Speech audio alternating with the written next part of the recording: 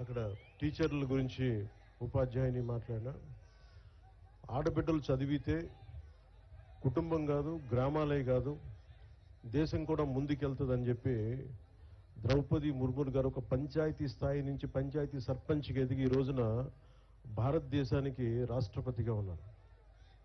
అంటే ఒక స్త్రీ శక్తి ఎలా ఉంటుంది అనేది మనం ద్రౌపది ముర్ము గారి దగ్గర నుంచి ప్రెసిడెంట్ గారు, అలాగే మన సంయుక్త గారిని చూసి నేర్చుకున్నాను. నేను మనస్ఫూర్తిగా ఎందుకు మైసూరావారిపల్లికి వచ్చాను అని అనడానికి, అసలు పంచాయతీ వ్యవస్థ నిర్వీర్యమైపోయిన సమయంలో,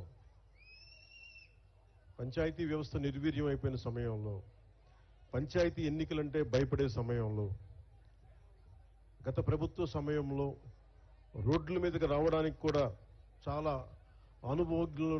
అనుభవం నాయకులు కూడా భయపడే పరిస్థితిలో ఉండి, మిలిటరీలో పనిచేస్తున్న ఒక భర్తని రోడ్లు సరిగ్గా వేయక తన భర్తను కోల్పోయి గ్రామానికి భర్త ఆశయాలను ముందుకు తీసుకెళ్లాలి అని చెప్పి కారుమంచి సంయుక్త గారు సర్పంచ్గా నిలబడి అత్యంత ప్రతికూల పరిస్థితుల్లో నిలబడి గెలిచిన తర్వాత నాకు నిజంగా గుండె కదిలించేసింది. నేను ఆ రోజున కారుమంచి సంయుక్త గారికి నిలబడ్డప్పుడు నేను ఒకటే కోరుకున్నాను ఆ రోజున అందరినీ, పంచాయతీలు చాలా కీలకం. 13,326 పంచాయతీలు మనకి. పంచాయతీలు చాలా కీలకం. అందరూ గ్రామాలు వదిలేద్దాం, వెళ్ళిపోదాం, బయటికి వెళ్ళిపోదాం అనుకుంటారు, కానీ పంచాయతీని ఎవరైతే కీలకంగా పట్టుకుంటారో, పంచాయతీ కోసం ఎవరు నిలబడతారో వాళ్ళు ఈ దేశాన్ని కదిలించే నాయకులయ్యారు, మామూలు నాయకులు అవ్వలేదు. సో కారుమంచి సంయుక్త నాకు పట్టుదల చూసి ఇలాంటి ఆడబిడ్డలు రాజకీయాల్లో ఉండాలని మనస్ఫూర్తిగా కోరుకుంటే, అది గెలిచి వచ్చిన తర్వాత నాకు చాలా చాలా ఆనందం వేస్తుంది. ఎక్కడా కూడా నేను రాజకీయాలకి అతీతంగా రాష్ట్రాభివృద్ధి కోసం, దేశాభివృద్ధి కోసం సంపూర్ణంగా ఆలోచించేవాడిని. 32 సంవత్సరాలుగా స్వాతంత్ర దినోత్సవ వేడుకలకు కానీ, గణతంత్ర దినోత్సవ వేడుకలకు కానీ 100 రూపాయలు, 200 రూపాయలు ఇచ్చేవాళ్ళు మైనర్ మేజర్ పంచాయతీలకి. అదే మన కృష్ణతేజ గారికి, కమిషనర్, ఇంకా మన పంచాయతీరాజ్ వారికి ఒకటే చెప్పాను, ప్రతి గ్రామానికి, పంచాయతీకి దేశభక్తి ఇక్కడి నుంచే రావాలి, బయటికి దేశభక్తి ఇక్కడి నుంచే ఉబకాలి. ఏం చేద్దామంటే ఆ చర్చలో ఒకటే వచ్చింది, ముందు మన జాతీయ జెండాకి గుండెల నిండుగా మనకి శాల్యూట్ కొట్టే పండగ ఇది, మన త్యాగాలను గుర్తుపెట్టుకునే పండుగ ఇది.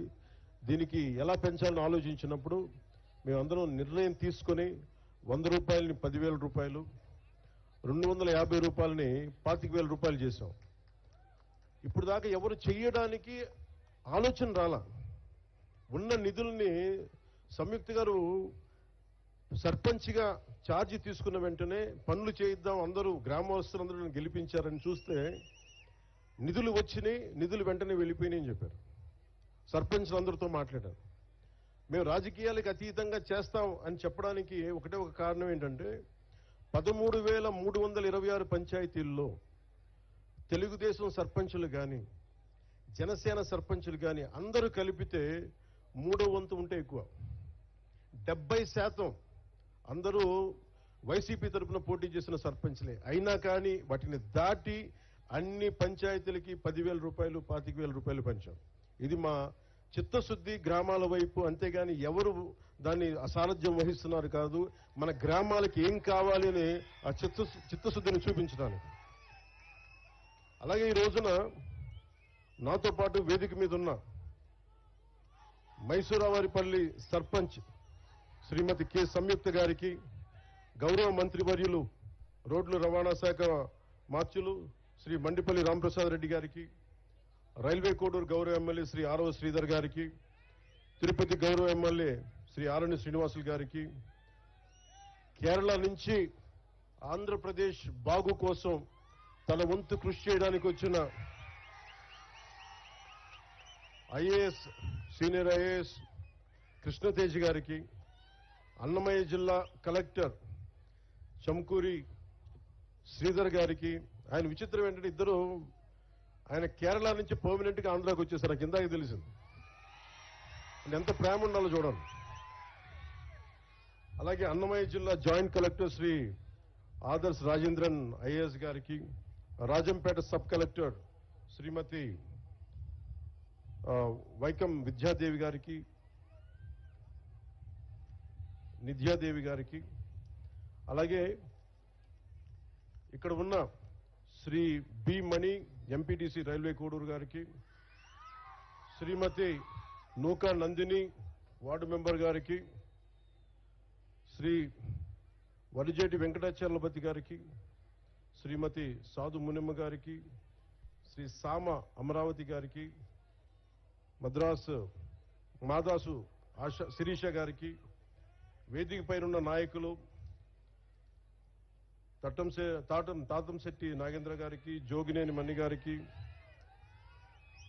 వెంకటేష్ గారికి, పగడాల చంద్రశేఖర్ గారికి, వరికూట నాగరాజు గారికి, ఇతర సర్పంచులు మురళీధర్ గౌడ్ గారికి, జి సుబ్బారాయుడు గారికి, ఎస్ సుబ్బారాయుడు గారికి, శ్రీ సుబ్బారెడ్డి గారికి, శ్రీ కట్ట ఉమాదేవి గారికి, పోతురాజు నవీన్ గారికి, శ్రీనివాసులరెడ్డి గారికి, తిరుపాల్ కె గోవిందనాయుడు గారికి మనస్ఫూర్తిగా నా హృదయపూర్వక నమస్కారం. చెంగల్రాయుడు గారిని ఎలా మర్చిపోతామే, మీరు నాకు చెప్పాలా?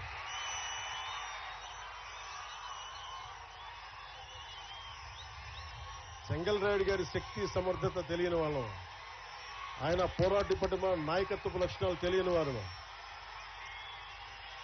ఆఖరిని చెప్దాను, ఆయన పేరును దాచి ఉంచుకున్నాను. చెంగల్రాయుడు గారి మనస్ఫూర్తిగా నా హృదయపూర్వక నమస్కారాలు. ఎందుకు ఇంతమంది పేర్లు చెప్పానంటే, ఎంపీటీసీ మెంబర్లు కానీ, వార్డు మెంబర్లు కానీ, సర్పంచులు కానీ, మీరందరూ ఒకరు ఎక్కువ ఒకరు తక్కువ కాదు, మనందరం ఆంధ్రప్రదేశ్ అభివృద్ధి కోసం పనిచేస్తున్నాం. మనందరం కూడా ఒకటే లక్ష్యం, ఆంధ్రప్రదేశ్ అభివృద్ధి. అలాగే స్వర్ణ పంచాయతీని చేసుకోవాలి, స్వర్ణ గ్రామాలు చేసుకోవాలి అనే కాన్సెప్ట్ తోటి ఇక్కడికి వచ్చాం. సో మీ అందరూ ఈ సభలో పాల్గొంటున్నందుకు మనస్ఫూర్తిగా నా హృదయపూర్వక ధన్యవాదాలు.